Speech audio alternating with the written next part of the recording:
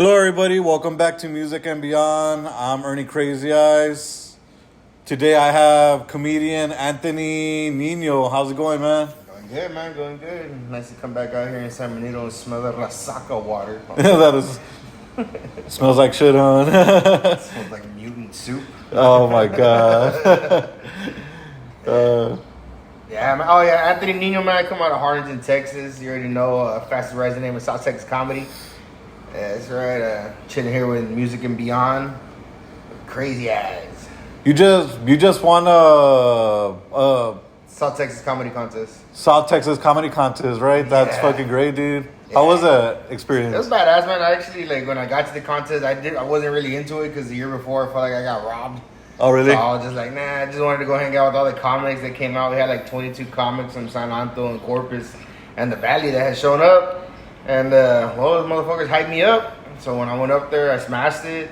Got a lot of love from the crowd, man. Ended up taking the prize home, taking about $400 home, plus the plaque and everything. It was pretty badass, man. I felt good to be out there with everybody and, let them know how we do it down here. Kept the title down here in the IGV. Felt good. Hell yeah, man. I haven't seen you in a long time, so I'm like very excited to see how your comedy has like grown throughout the years, because I've known you for a few years. So You were there in the beginning, man. Shit, you Yeah. were there when I first started doing comedy. Oh yeah, that's true. Yeah, Just a yeah. rando, like what the. Yeah, just showed up there at the spot. Yeah, man. Fucking, it's been a while. I've been grinding, man. I actually took a little break. I took like a little month break, man. I had some shit going on in my personal life I had to take care of. But I'll be getting back at it. Actually, this Saturday, I'll be in Kingsville with Chingo Bling. Chingo Bling? Yeah, Damn. Yeah, I'll be hosting the show with Chingo Bling. And then at the end of the month, I'll be doing a show with Valente. Oh, for real? Yeah, Valente Rodriguez. He'll be back down here at the University Draft House, and I'll be opening a show there with him. Dude, that's fucking So badass. it's been I'm at that point right now where I feel like I'm already like kind of bored of my set, so I'm having to rewrite a lot of my stuff, really break it down all the way down to bare minimum and, build it back up. It's fun, man. It's fun. It's a grind. I was pushing it pretty hard, so I had to step back a little bit, man. It was the driving and the work and everything. Yeah, it was kind of crazy. Trust me, dude, I feel that shit even because I don't drive, so Yeah. whenever I take the bus, I'm just like, oh, fuck. 4 hours there, like actually like 8 hours at a concert, because I get there super early and... Oh, okay. They got buses here in San Benito. What? It's the little one, bro. Nah. Yeah. They got a short bus for the whole city. Oh, no. Yeah, man. Everybody in San Benito is wearing their helmet. Yeah. Oh, yeah, man. It's a grind, especially when you're pursuing something that you like, man. When you really get into it, it's badass. Feels good, but you gotta be ready for that work, man. Yeah, and it feels even better once it starts, like, going into place and it starts working and stuff, right? Yeah. But I mean, like I said, like I'm at that point where I kind of feel like it's too easy. Yeah. So I'm not comfortable like that. If I'm not pushing myself and if I'm not on the lineup of killers, like I don't like it. Like it pisses me off. So right now, that's what it is. Just getting back to it. Getting excited about comedy again instead of just getting paid. Like right now, it just feels like I'm doing what I gotta do to get paid. Like I need to do it because I want to do it. Yeah, make it fun again. Yeah. Fuck yeah. And can you tell me a bit about yourself and how you started comedy?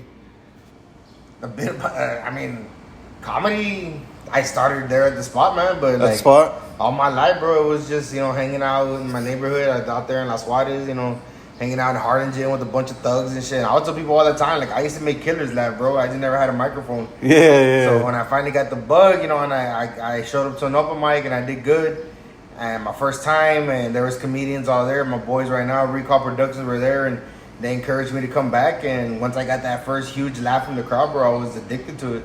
And I never let it go, and I never stopped. And, now I'm at the point where I'm a regular with, like, and the Instagram with Raymond Horta. I work a lot with Mario Salazar. I've worked with legends in the game. It's crazy shit, bro. I've done a bunch. I've ended up in like weird cities doing weird shit all because of comedy, man. And, like, it's fun as fuck. Like the opportunities just kept coming in. So. And you've done, like, I know you said you were going to do the show with Chingo Bling, but you've done shows already with Chingo Bling, right? Yeah, I did a show with Chingo Bling and Willie Presena at Casino El Rey. Damn, hell yeah, dude. I worked with Andy Huggins, too. He's actually a legend in the comedy. I've I worked with Valente before. I worked with Raymond Norte, of course. Mario Salazar, with Sonia Trevino. Yeah, I was gonna say let's not forget about Sonia. Nah, I can never forget about Sonia, man. She's actually the one that got me the spot with Valente. Oh, so she hit me up. She's like, "Hey, man, I need you to open up." I said, "All right, let's do it." Yeah, no, definitely. Yeah, dude. And what influences or experiences from your upbringing here in Harlingen has shaped your comedy style and material? Just coming from a background, bro, just regular working people that can sit around and talk shit and drink beer, and I know I'm funny on stage, bro, but like being hanging out with my uncles or hanging out with old friends, just I can sit around with my cousin Ruben, man, shout out Turtle, and like me and that dude would just be roasting each other. Like he can go toe to toe, nobody else can go toe to toe me on a roast, but he can. Like me and him would just go back and forth and we fucking just laugh all night. And that's a lot of where my comedy came from, bro. Just hanging out with people. Like, I would hang out, like, they would have to warn people before they met me. Like, hey, this is my cousin Anthony's gonna be here. He talks a lot of shit. He's funny. He's probably gonna make fun of you. Don't take it personal. Like, that's what it was. Like, I wasn't scared of nobody, so I would say whatever the fuck I wanted. And, that's kind of what made it easy for me to jump on stage. Like, I would be making fun of dudes that just got out of prison, I'm gonna laughing at. He's probably in there sucking dick, like everybody, and never having that fear of fucking making a joke actually helped me out get up on stage and do what I do now. I've done crowds 500-600 people, at the most, and it's like nothing to me. Like it's fun, like I love it, Hell yeah, dude, and fuck, I need to catch you pretty soon. You need to fuck. Yeah, man. I've always told you whenever you want to roll up, I got you. I'm trying, dude. And how do you navigate from different cultures or regions, considering the diverse audience that you may encounter here in Texas? I really don't, bro. Like I don't change up my set. You don't change it? If I'm in front of a white crowd or a black crowd, people know when you're being real, and they know when you're being authentic. And that's basically how my jokes have always been. I'm authentic. I'm real with them. I'm not lying. I'm not, some stuff. Yeah, it gets embellished. Yeah, and of course, you gotta, spice up a couple stories here and there. Yeah. But it's I people can tell I'm the same way off stage like I am on stage, and that's pretty, especially the raza here from the valley, bro. Every time I'm in another city, like San Antonio, Austin, Corpus, or whatever, and there's a raza from the valley, they know I'm a valley dude. Like they'll come up to me, shake my hand, hey, I'm from San Benito, hey, I'm from La Feria, hey, I'm from Edinburgh, and they already know, they already hit you with the hey, put a 956, yeah. Yeah, that shit goes everywhere. Dude, I love that shit that fucking Mario always does, whenever he goes to a WWE event. Yeah, where he puts 956 a la verga. I'm just like, dude. Fuck yeah, man. I'm always sending it to my friends that watch wrestling, and I'm like, that's my boy right there. Yeah, always representing. Fucking shout out Mario Salazar all day. Yeah, and shout out to Raymond, Sonia, and Recall Productions, man, because. Yeah, we'll be going and watch the Planet of the Apes movie tomorrow with all the Recall crew. So oh really? Be expecting some videos from that shit. Fuck yeah, dude! I'm gonna wear my monkey mask. Oh, I thought you were wearing it already. What do you find most rewarding about being a comedian, and what are some challenges that you face? Honestly, man, at this point is just the balancing my work and my family and comedy. It's hard because I'm at that point in comedy where you're either gonna push through and succeed in this, or you're gonna fall back and say it's not worth it. Yeah. To me, it's worth it just doing the shows, man. To me, I've told comedians all the time, the whatever money you were gonna pay me is not worth the crowd that I'm gonna be in front of. Just put me in front of people, and to me, that's worth all of it right there. And that's why I still love comedy. And I don't want to see it just as a business anymore. And that's when I started seeing it as a business. Now I'm just doing shows just to make money. And, of course, that's awesome. Hell yeah, extra $200, $100 here, for 15 minutes, 20 minutes here.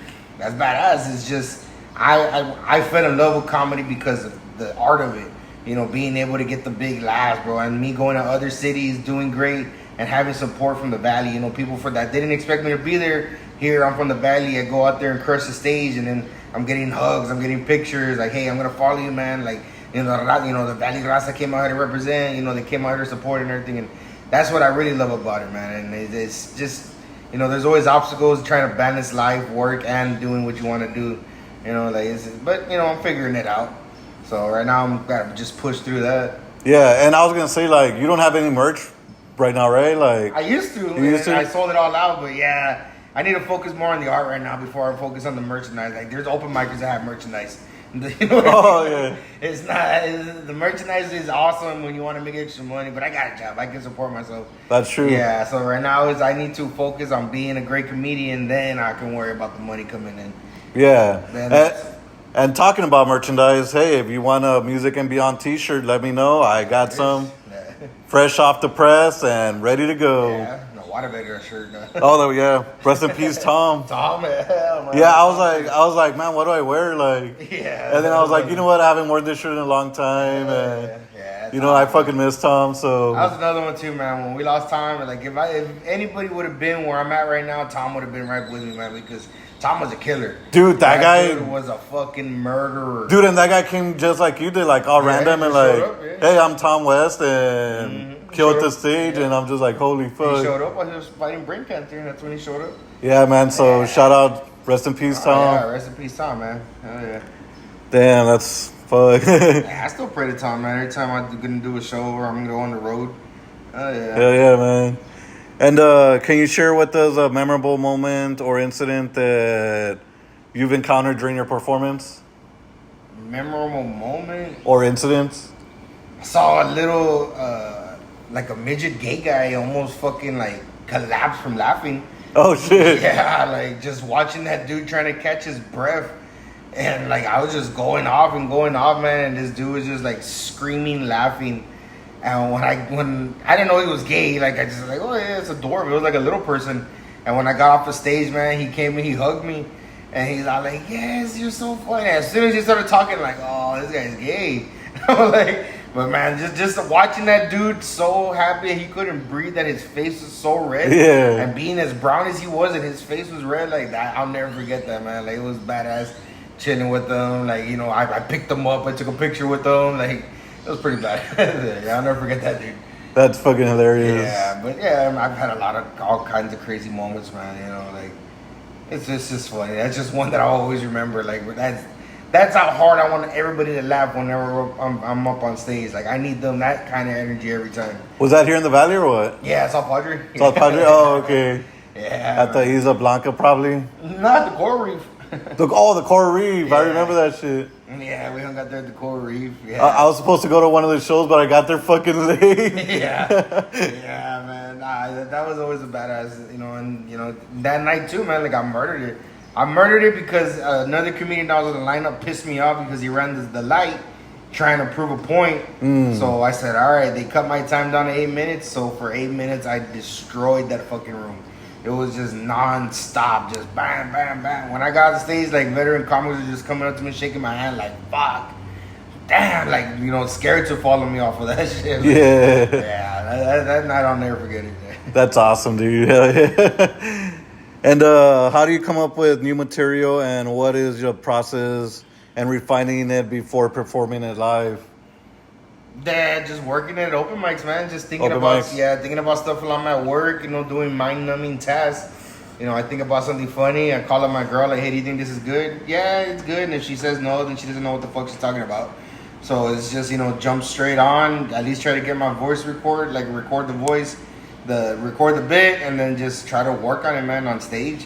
I try to write, and I have written, and I've written a lot, but it's more is like just doing it on the fly, like, you know, I know something's gonna work, okay, and then just start working at it in front of people, and that's really what's helped me out so far. Yeah, kind of freestyle it, and then hopefully, like, when I come up with something, I know where it's gonna hit, how it's gonna hit. It's just I need to work it in front of the people so that I can add to it while I'm up on stage. If it hits big, then I start adding to it, and you know, it's worked out pretty good for me so far. You know, I'm already up there covering like 30 minutes.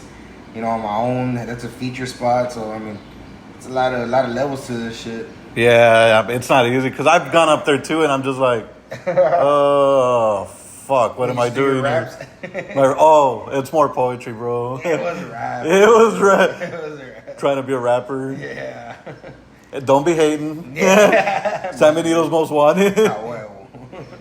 But talking about rap, Kendrick or Drake? Drake.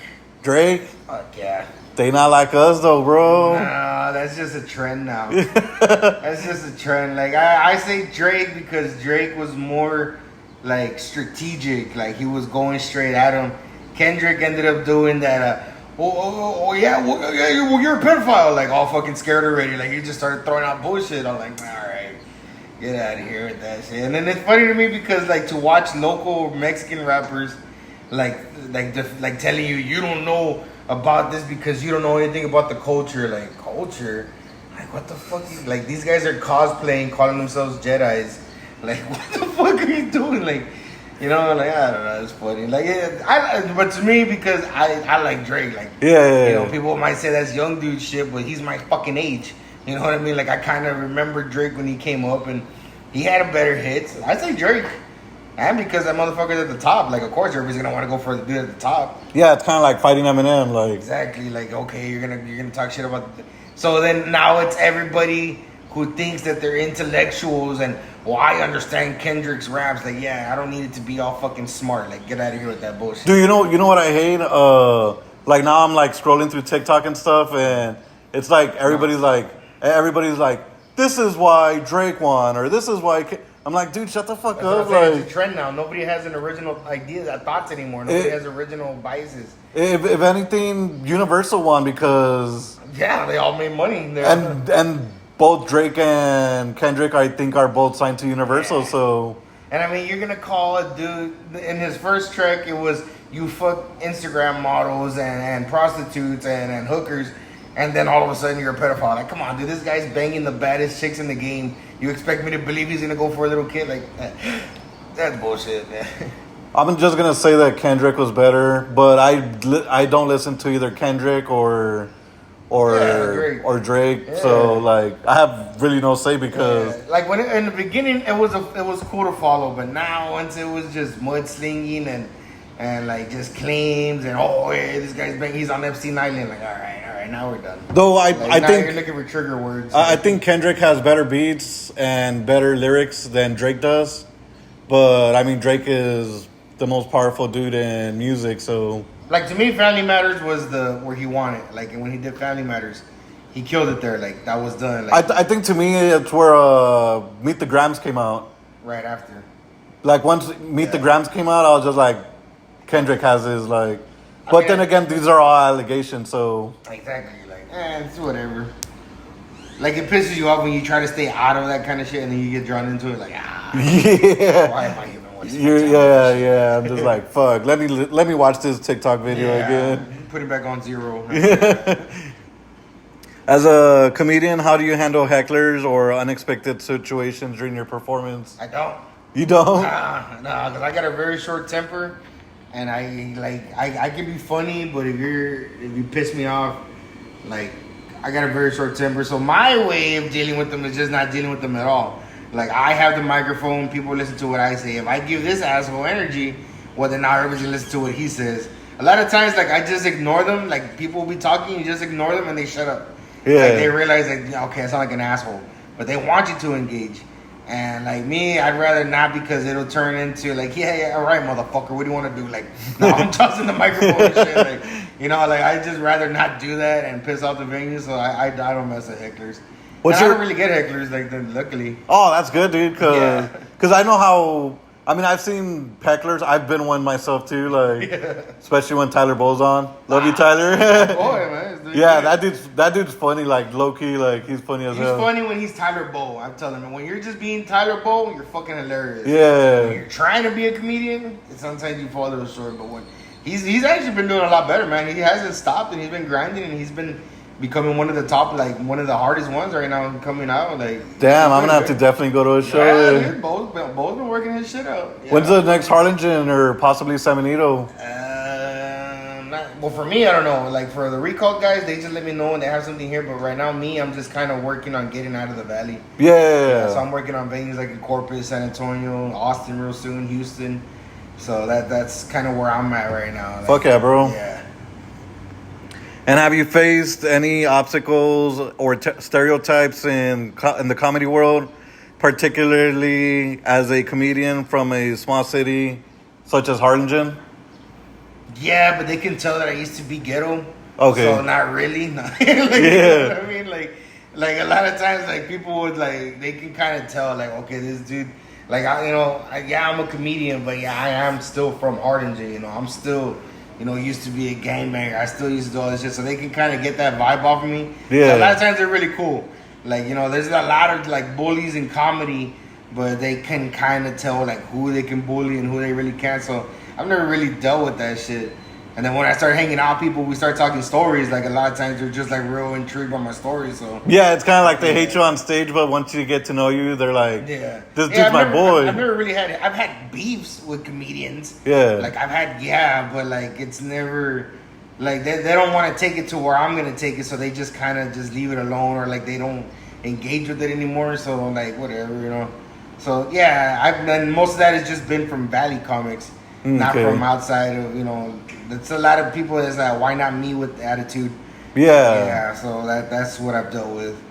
But, I mean, like I said, they never want to take it to where I want to take it, and they pull some whole shit, so I just fuck them off. That's wild. And how do you balance your comedy career with other aspects of your life, such as family or personal interests? It's a fucking circus, bro.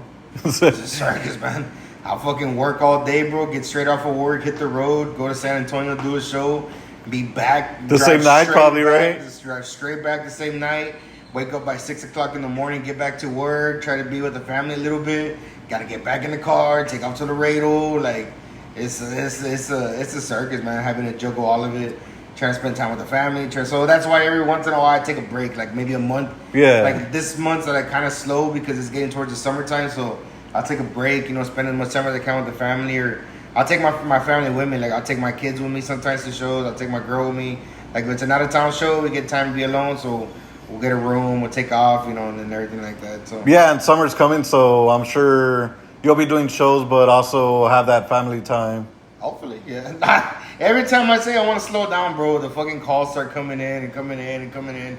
Like, I'll promise my girl, like, it's all right, I'm going to take this month easy. And then, hey, we need you here. Hey, we need you here. Hey, we need you here. Like, all right. Well, not to quote Drake, but family matters. Yeah. Yeah. Nice. Fuck you, Drake. Fucking Kendrick. Hey, did you watch the Tom Brady roast? Yeah. Dude. Yeah. I was like, when fucking, I was going to call him Chris Rock, but who's that fucking guy? Kevin Hart. When Kevin Hart was like... You couldn't name the one black comic that showed up there that night?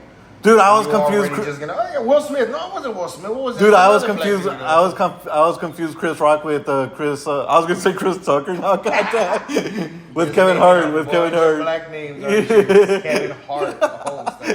When he was like, "Fuck you, Kevin." When he was like, "Fuck you, Brady," or "Fuck you, Tom." Like, yeah. Yeah. Now to me the best roaster was Tony Hinchcliffe. Really? Oh, Tony okay. Hinchcliffe, like from Kill Tony to he murdered. I got a chance to see him live at a Kill Tony show and just watching that dude tear people apart. That's the day Bo got picked. Bo got picked to do Kill Tony. Oh wow! Yeah, he went up on stage and it was fucking hilarious. For me, the first comic, the bald guy, I don't know what his name is. Jeff Ross. Jeff Ross, there you go. Yeah. That guy was pretty funny, and Nikki Glazer fucking murdered. Everybody says that she murdered. Dude, she fucking killed it, bro. When she destroyed Gronk, she destroyed Brady. I'll say it this way: she did good for a female comic. Dude, and no, like not talking shit about female comics. But come on, dude, it's Nikki Glazer against fucking Tony Hinchcliffe, against fucking Kevin Hart, against fucking... Well, Bert Kreischer and them bombed. Like, I didn't really think they did good. But you know what I mean? Like, you're going against these top-tier fucking comics, but because she did good for a chick, it's like, oh my God. I think it's because it's the first time that I saw her. Yeah. So the way that she did her comedy, I was like, oh, okay. Because I saw that special, bro, and that special was, like... I just love how much she destroyed Gronk. Like, yeah. me know that not real money. I was just like, fuck, I'm dead. Yeah, like she's good because she's pretty, but like there's female comedians, bro, that would have gone on that stage and fucking leveled the whole crowd. Yeah, you know what I mean. Like I've gotten to work with Celia Cortina. She fucking murdered Sharita out of El Paso, bro. She's a fucking murderer. Like I've worked with female comics, bro, that wouldn't, compared to Nikki Glazer, like they would have wiped the floor with her. Have you ever worked with Sarah Garza? Yeah, from Laredo. Yeah, I've been wanting to watch her, dude, because... Yeah, Sarah's good too. Fuck yeah. Dude, I got to see Caroline Pritchard, which is a fucking legendary comic. That lady is in her like 70s. She's been doing comedy about 30 fucking years, bro. That lady was like a fucking samurai with butter, bro. Just complete master of comedy, bro. Like, that lady stood up there for an hour and a half, didn't even move an inch to the side, just with her mic, and tore up the whole room. Like, oh shit! You put Caroline Pritchard against fucking Nikki Glaser. Nikki Glaser can go sit her ass down. Okay, now let's not take any shots at Nikki Glaser because we're gonna get married one day. Oh, just talking with my wife like that. Yeah. Yeah. Don't make me fucking make this fucking personal, bro. I'll fucking write it right. I was already like, she did it right, and then I saw her comedy special on HBO. I'm like, ah. Oh, okay. Then I'll have to go check that out. Yeah, it's not that strong. And what advice would you give any aspiring comedians, especially for those in the smaller town or cities who are looking to break into the industry? Get on your stage. Get on stage. No matter what? You can. Anywhere you can. Anywhere you can get on stage and just do it. Don't be fucking scared. Don't think that you're going to go up there and murder and all of a sudden you're going to get an Netflix special. It takes time. It takes a lot of effort. It takes fucking blood, sweat, and tears. But if you really love it and you're addicted to it, you'll fucking deal with all of it.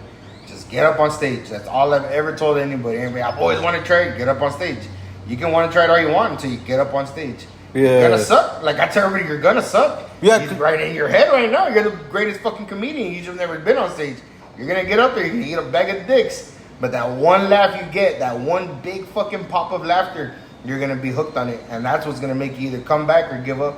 Yeah. Yeah, you need to fucking just go and do it. Dude, and I've noticed because, like, when I went on stage a few times for open mic, like, yeah, it was funny. But, like, when it's just, like, oh, we're hanging out and stuff, like, I feel like I'm funnier because the pressure's off. Yeah.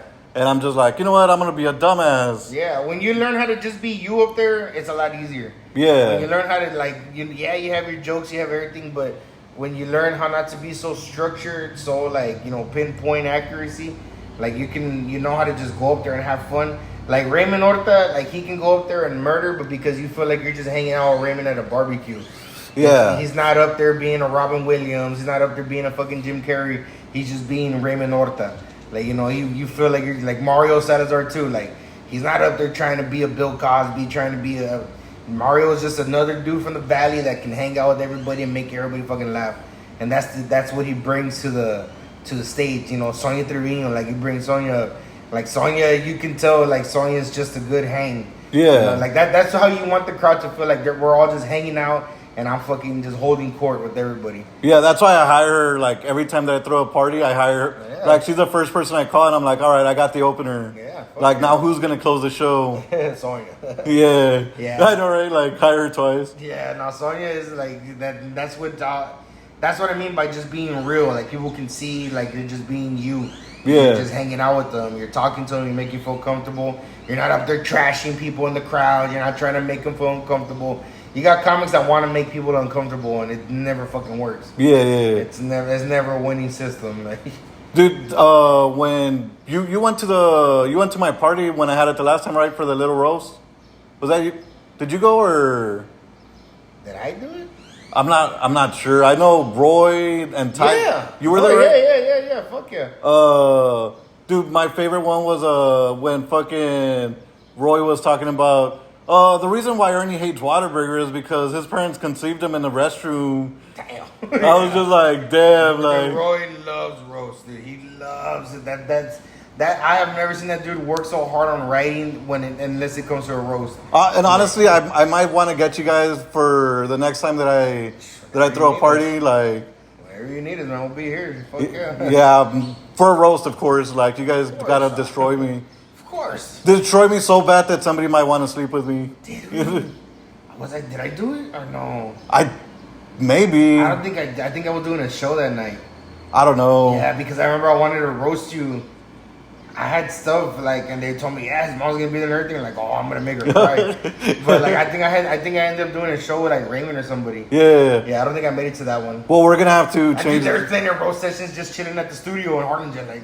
Oh, like that's why like it's kind of hard to pinpoint one. yeah, right. Because we were all fucking with each other. Because once we get drunk, it's kind of like, all right, everybody's off limits. Like, shit, like talking shit. Yeah. I used to tell people you're my fucking lookout when I was selling crack. oh no, man, fuck you. Hey, I was the Navy's or the Army's fucking best sharpshooter.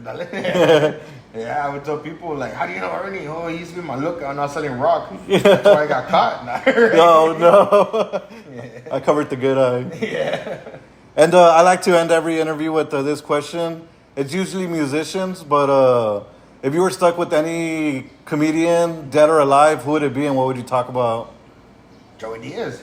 Oh, dude, Yeah, fucking Joey yeah, Diaz. Joey Diaz, dude. Just sit down and listen to him fucking talk, bro. Like, I'm always the one with the crazy stories. I'm always the one with the crazy life that I can talk about.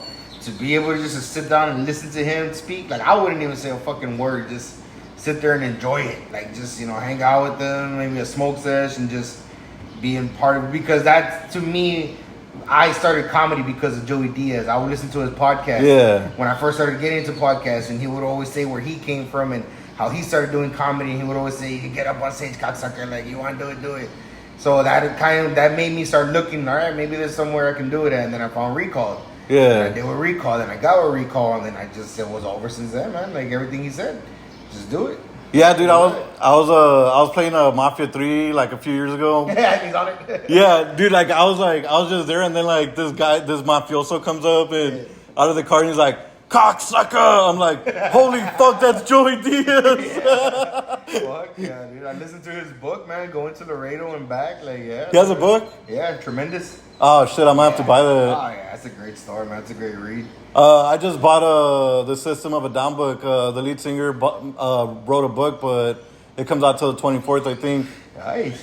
Fuck So yeah. I'm gonna be excited to listen to that. They're coming back, aren't they? They're making a new album. I'm not sure about a new album, but I know that they're playing a few shows and maybe Hollywood. Damn, badass. Yeah. Not San Benito Hollywood, but California. The real Hollywood. Yeah. Yeah, man, that's badass. Fuck yeah. Fuck yeah, dude. And where can we find you? On Instagram, Anthony Niño 19. On Facebook, Anthony Niño Comedy. On TikTok, it's Anthony Niño 2. Yeah, it's Anthony Niño. Just look for the fat dude in the green shirt. It's me. Yeah, man. Just followers can follow me on there. And shout out to Music and Beyond, man, bringing me out here doing this interview. And shout out to Recall Productions. Shout out to Recall Productions, of course, man. My dogs, Roy, Joseph, Bo, Bert, Lalo. The group's getting smaller, but yeah, those guys. Yeah.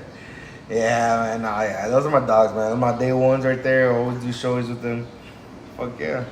Hell yeah, man. Thank you for coming, man. Yeah, man. Thank you for having me out here, brother. I appreciate it. It was fun. And remember, everybody, that without music, life would be a mistake.